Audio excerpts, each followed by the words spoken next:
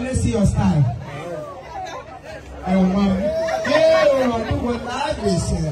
Love life. No Mugamaka. I can go over my family. Attention home and now.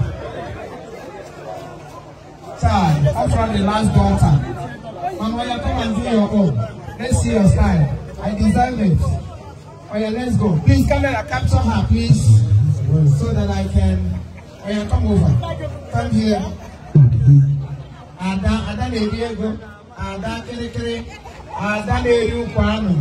Oh my God. Now Konaka, no, this easy. Oh, I'll be okay, fine. You can have me a good, wonderful, very.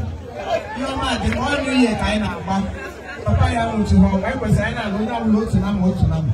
Oh, we are called. Oh, yeah. So I can be holding her job.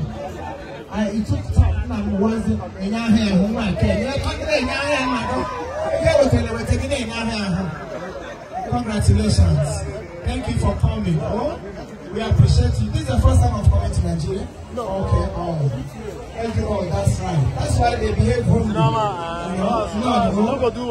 even our priest, all of them are homely. Adam Eke, my princess, you all are nice. I'll come back again and do an introduction with my son. My son was married from this family. Yes.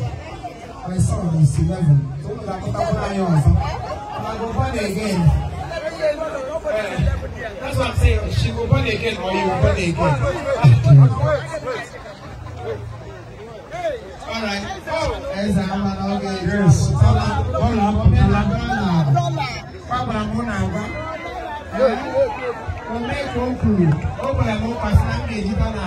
Yes. So that there's nothing to write home about. There's no way, there's no need in panicking. I am covered. It's my daughter in the US the other day. Even got a convention in the US. So that's all I did. Hey!